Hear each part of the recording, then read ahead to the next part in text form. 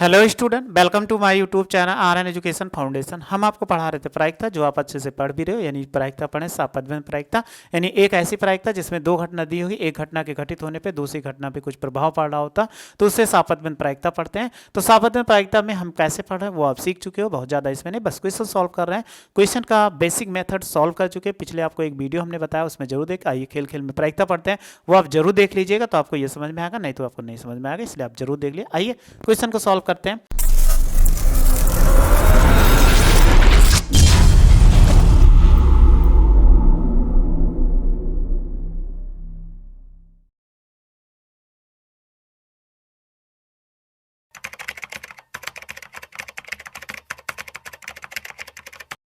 इसके पहले हम पढ़ रहे हैं एक्सरसाइज, जो पढ़ रहे हैं 13.1। इसके पहले हमारे क्वेश्चन सॉल्व कर चुके हैं 13 कितने नंबर क्वेश्चन तक, क्वेश्चन नंबर 11 तक हम सॉल्व कर चुके हैं। इसमें कि 11 तक सॉल्व, अगर कमेंट्स बॉक्स में आपने कोई मैसेज नहीं किया, इसीलिए हम क्वेश्चन नंबर 12 को सॉल्व करते हैं कि अब 12 नंबर क्वेश्चन क्या है। चलिए देखते हैं कि 12 नंबर क्वेश्चन क्या कह रहा है। इस क्वेश्चन को पढ़ो, समझो और सॉल्व करो। क्या कह रहा है, मान ले कि जन्म लेने वाले बच्चे का लड़का या लड़की होने की संभाव्य है।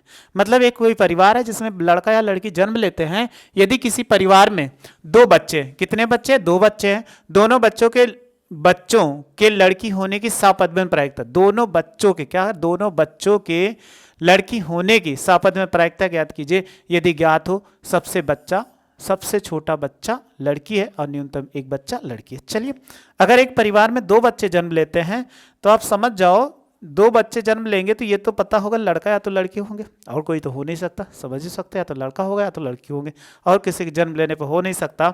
अगर लड़का होगा तो लड़के को हम क्या बोलते हैं, आप जानते हो, इंग्लिश में बॉय बोलते हैं। तो हम इनको क्या कर सकते हैं, बी से रिप्रेजेंट कर सकते हैं। और लड़की होगी तो क्या बोलते हैं, लड़की, तो इसको क्या बोलते हैं इंग्लिश में, गर्ल। तो गर्ल से हम क्या लिख सकते, जी लिख लेते हैं। अब किसी परिवार में दो बच्चे जन्म लेते हैं। अब दो बच्चे जन्म लेने पर आप देखोगे, अगर कोई भी बच्चा होगा, जैसे अगर एस बनाए तो आप कहोगे पहला, अगर पहला बच्चा हो जाए B1 हो जाए और ये B2 हो जाए, यानी दोनों लड़के हुए, पहला भी लड़का और दूसरा भी लड़का। फिर इसके बाद अगर हम बात करें B1 हो जाए और G1 हो जाए, हो सकता है ना, एक लड़की एक लड़का हुआ कि नहीं, इसमें भी हो सकता है। या आप G1 B1 ना लगाना चाहो तो सबसे आसान तरीका आप ऐसे लिखते चले जाओ कि एक परिवार में दो बच्चे लेंगे तो ये B होगा, ये B, दोनों बच्चे हो गए, तो ये बड़ा ये छोटा हो गया। फिर इसके बाद दूसरे पे BG हो जाएगा, इसमें ये हो गया। फिर क्या लिख सकते हो, GB, लड़की बड़ी, और ये क्या होगा, GG हो जाएगा। होगा कि नहीं, समझ में? क्योंकि एक परिवार में ये बड़ा है ये छोटा है, सेवन नहीं है, बस कौन सा हम ये नहीं माने उसमें छोटा बड़ा कौन सा, G1 G2 नहीं लिखे। तो ये क्या होगा, लड़का है, ये लड़का है, ये लड़का है, ये लड़की है, तो लड़का बड़ा है, लड़की छोटी है, इसमें लड़की बड़ी है, लड़का छोटा है, इसमें दोनों लड़की, एक लड़की छोटी है, दूसरी लड़की बड़ी है। तो ये हमारा परिदृश्य समष्टि आ गया। इसमें अगर NS की बात करें तो NS बराबर कितना, 4 आ गया। अब हमारे पास सबसे पहले इन्होंने कहा दोनों बच्चों के लड़की होने की, तो दोनों बच्चे लड़की होने की सापध्वनि प्रायिकता ज्ञात करना। तो एक घटना E मान लो, तो क्या मानो, दोनों बच्चों के लड़की होना। तो दोनों बच्चों के लड़की होने का मतलब क्या होगा, गर्ल ही तो होंगे, जीजी, हाँ जीजी हो गए। तो ये दोनों बच्चे क्या हो गए, गर्ल हो गए। तो ये हमने क्या कर दिया, ये जीजी कर दिया, तो दोनों के इसको पता चले, कोई दिक्कत नहीं। फिर आइए F पर। अब F फर्स्ट नंबर है, इसमें एक फर्स्ट कह दिया गया F। एक घटना दी गई है कि कह रहा है कि सबसे छोटा बच्चा लड़की है। क्या कह रहा है कि सबसे छोटा बच्चा क्या है, लड़की है। सबसे छोटा बच्चा लड़की है, तो ढूंढो सबसे छोटा बच्चा। यहाँ सबसे छोटा बच्चा क्या है, लड़का है। यहाँ पर सबसे, ये बड़ा होगा, जो पहले आएगा वो बड़ा होगा ना, ये छोटा। इसमें सबसे छोटा बच्चा, तो क्या हुआ, ये लड़का बड़ा है, लड़की छोटी है, तो ये क्या होगा, BG हो जाएगा। यहाँ पर आए GB है, तो लड़की बड़ी हो गई, लड़का छोटा हो गया, गलत। यहाँ लड़की है, ये लड़की, सबसे छोटा बच्चा, तो आप क्या लिख सकते हो, इसमें ले लोगे तो ये GG आ जाएगा कि नहीं, समझ में? क्योंकि एक लड़की बड़ी है, दूसरी लड़की छोटी है, तो सबसे छोटा बच्चा क्या, लड़की है कि नहीं, हो गया। अब दोनों में इंटरसेक्शन ले लो, तो इंटरसेक्शन ले लेंगे ई इंटरसेक्शन एफ, अगर ले लेंगे तो देखो कितना होगा, जी जी दोनों में हुआ। अगर हम जी जी ले लेते हैं कि इसमें जी जी कॉमन होगा, तो चलिए प्रायिकता निकालते, पी एफ निकालो तो कितना हो जाएगा, आप यही कहोगे कि एन एफ बटा एन एस। एन एफ की वैल्यू कितना है, आप देखो 2 एलिमेंट और बटा कितना 4, और अगले की वैल्यू निकालो N S, N E intersection O P रहेगा, पी ई इंटरसेक्शन एफ निकालो तो आप कहोगे कि एन ई इंटरसेक्शन एफ और बटे कितना एन एस हो जाएगा। कितने एलिमेंट है, एक एलिमेंट, तो 1 बटा कितना 4। अब आप देखो किसकी हमें ज्ञात करना है, क्या कह रहा था, दोनों बच्चों के लड़की होने की सापत्यबंध प्रायिकता ज्ञात की है, जबकि सबसे छोटा बच्चा क्या है, लड़की, यही तो कह रहा है। हमें तो यही ज्ञात करना है कि दोनों बच्चों के लड़की होने की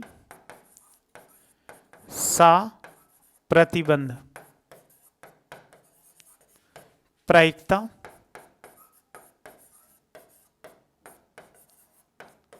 ज्ञात कीजिए, यानी साप्रतिबंध प्रायिकता, ऐसे ज्ञात नहीं, साप्रतिबंध प्रायिकता जबकि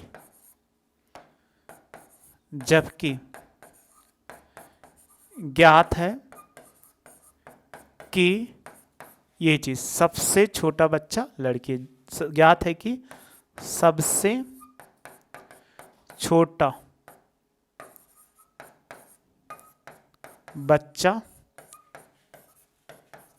बच्चा क्या है, लड़की है। तो आप जानते हो अगर सापत्यबंध प्रायिकता जिसके साथ लगा है वो ऊपर जाएगा, तो हमें क्या ज्ञात करना है, पी ई बाई एफ ज्ञात करना है। तो चलिए रख देते हैं, पी ई इंटरसेक्शन एफ बटे क्या होगा, पी एफ, जो नीचे होता है वही यहाँ पे हो जाता है। तो देखो इसकी वैल्यू कितना, 1/4 और इसकी वैल्यू 2/4, 4 से 4 कट जाएगा, 1/2 आ गया आंसर। बहुत आसानी से हमने निकाल लिया, कोई समस्या आपको नहीं होगी। फिर दूसरा इसमें क्या कह रहा है कि दूसरे की बात करते हैं, कि दूसरा जो कहा गया कि न्यूनतम एक बच्चा लड़की है, फिर इसमें कहा गया कि न्यूनतम एक बच्चा क्या है, लड़की है। हमें दूसरा फिर ज्ञात करना है, इसी को एफ मान लो, न्यूनतम एक बच्चा क्या है, लड़की है। अगर ये लड़की है, न्यूनतम एक कह रहा, न्यूनतम मतलब एक होनी चाहिए, तो क्या होगा, दोनों बच्चे तो हो नहीं सकते, बीजी होगा और जीबी होगा और जीजी होगा। ये तो आपको याद भी होगा, अभी पीछे बताए थे कि इसमें से दोनों से न्यूनतम एक बच्चा क्या है, लड़की है। तो लड़की होने पे ये क्या हो, ऐसे हो गया, तो इसमें एक लड़की, इसमें भी एक लड़की, इसमें दोनों लड़की, एक से कम नहीं, इसलिए सही है।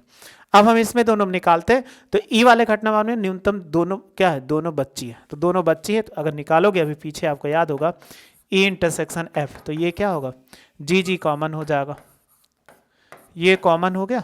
तो चलिए हम प्रायिकता निकाल लेते हैं, हमें पी एफ निकालना होता है, तो पी एफ बराबर कितना, एन एफ बटे कितना एन एस हो जाएगा, ये कितना 3/4 होगा। फिर आपने निकाला पी ई इंटरसेक्शन एफ, तो कितना हो जाएगा, एन ई इंटरसेक्शन एफ बटे क्या होगा, एन एस हो जाएगा। ये कितना है, 1/4। हमें ज्ञात करना है, अगर ई ऊपर ही रहेगा आप जानते हो, फिर ज़्यादा ना लिख के ई इंटरसेक्शन एफ निकालना है, तो आप लिख सकते हो कि पी ई इंटरसेक्शन एफ बटे कितना हो जाएगा, पी एफ आ गया।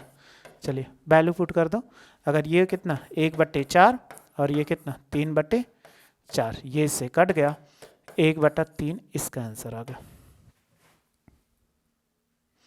ये स्क्रीनशॉट आप ले लो, इसका आपने ले लिया, फिर नीचे चलते हैं, ऊपर से फिर ले लो।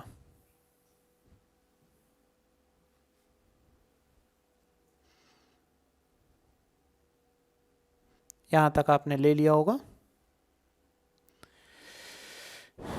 ये भी आप ले लिए होंगे, इसमें आपको कोई समस्या नहीं होगी कि कोई समस्या होगी। फिर नेक्स्ट क्वेश्चन देखते हैं कि क्या कह रहा है क्वेश्चन को, क्योंकि क्वेश्चन ही हमें जो सॉल्यूशन पढ़ के ही क्वेश्चन दे सकते हैं, बिना पढ़े क्वेश्चन का आंसर नहीं निकाला जा सकता है।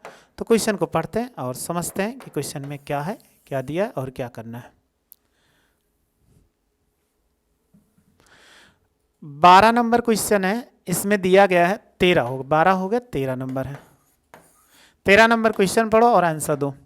कह रहा है कि एक प्रशिक्षक के पास 367 प्रकार के आसान प्रश्न है और 267 प्रकार के कठिन प्रश्न है।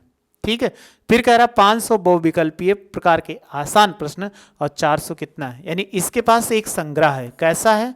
प्रश्नों का। कैसा है? सत्य और क्या है? असत्य। ये कह रहा है कि इसके सत्य और असत्य प्रकार के क्या है? प्रश्न हैं, और उनमें कह रहा है और क्या है? बहुविकल्पीय है। बहुविकल्पीय है, यानी 2 प्रकार के प्रश्न हैं। उसमें क्या है? इसके एक आसान टाइप का है, एक आसान है और दूसरा क्या है? कठिन है। देखो दूसरा कठिन टाइप के प्रश्न है। चलिए, सत्य असत्य प्रकार के कितना? आसान प्रश्न 300 हैं। और फिर कह रहा है कि सत्य असत्य प्रकार के 200 प्रश्न कठिन है, तो 200 कठिन हो गए। फिर कह रहा है बहुविकल्पीय 500 प्रकार के आसान प्रश्न हो गए। फिर इसके बाद करके 400 बहुविकल्पीय प्रकार के कठिन प्रश्नों का संग्रह है, तो 400 कितना हो गए? ये कठिन प्रश्न हो गए। अगर आपसे पूछा जाए योग, अगर योग निकालो तो योग कितना होगा? 5 3 ये 800 हो जाएंगे, और इसमें निकालोगे 4 2 अगर जोड़ेंगे तो 600 हो जाएंगे। अगर हम बात करते हैं तो उसके पास अगर महायोग निकालोगे कुल प्रश्न कितना हो? अगर हम निकालते हैं NS बराबर मतलब कुल प्रश्नों को जोड़ दो तो 800 और प्लस कितना? 600, मतलब 800 आसान प्रश्न थे और 400 कितना? कठिन। 8 6 1400, 1400 प्रश्न थे उसके पास NS। अब आपको जैसे कह रहा, यदि प्रश्नों के संग्रह में एक प्रश्न चुना गया तो कह रहा आसान प्रश्न के बहुविकल्पीय होने की क्या ज्ञात कीजिए? प्रायिकता ज्ञात कीजिए। यानी आसान हो तो अगर एक घटना हम मान लेते आसान, एक मान लेते आसान प्रश्न, आसान प्रश्न अगर निकालोगे क्या होगा? आसान प्रश्न होने की घटना, होने की घटना। हमने एक माना आसान प्रश्न और दूसरा क्या मान लो? एक घटना F मान लो, जिसको हम क्या करें? कठिन प्रश्न मान ले, क्योंकि 2 प्रश्न है उसके पास, तो ये आसान मान लो और दूसरा क्या मान लो? कठिन। तो दूसरा आसान और नहीं, दूसरा क्या कर? आसान प्रश्न के बहुविकल्पीय, तो बहुविकल्पीय प्रश्न, बहुविकल्पीय प्रश्न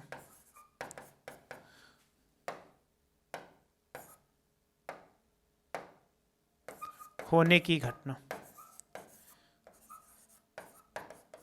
2 प्रकार के प्रश्न है A और F। इसमें कहा गया आसान प्रश्न, तो अगर आसान प्रश्न निकाले तो NE बराबर कितना?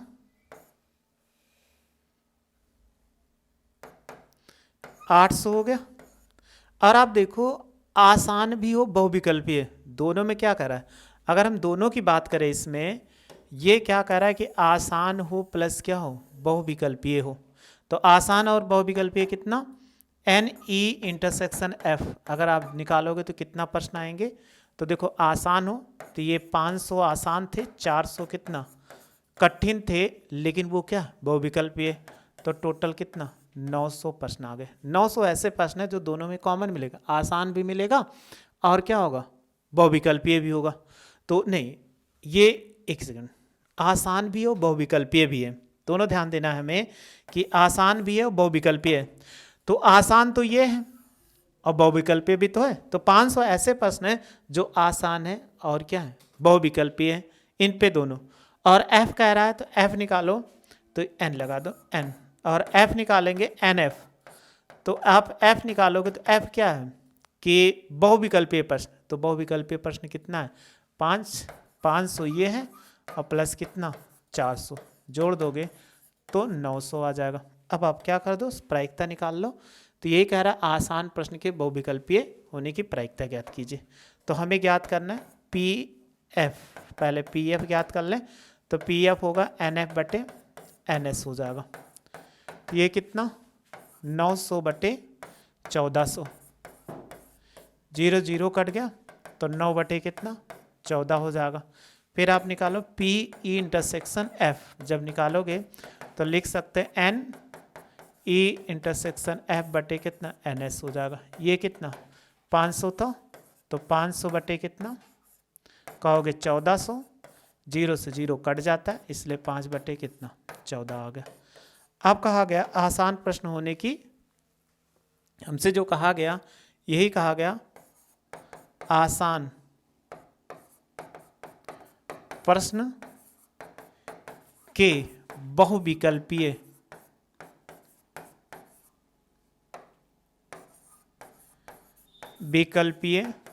होने की प्रायिकता।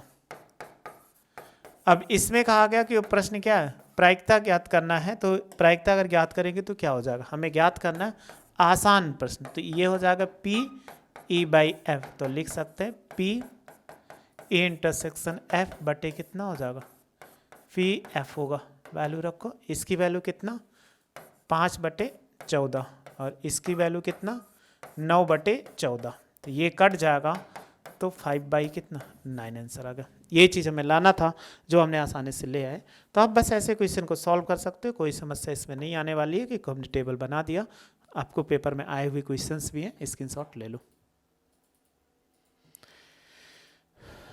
तो आपको समझ में आ जाए क्वेश्चन को कैसे सॉल्व करते हैं, चाहे जैसा क्वेश्चन आप आसानी से सॉल्व कर सकते हो, इसमें कोई आपको प्रॉब्लम नहीं होने वाली, कोई प्रॉब्लम।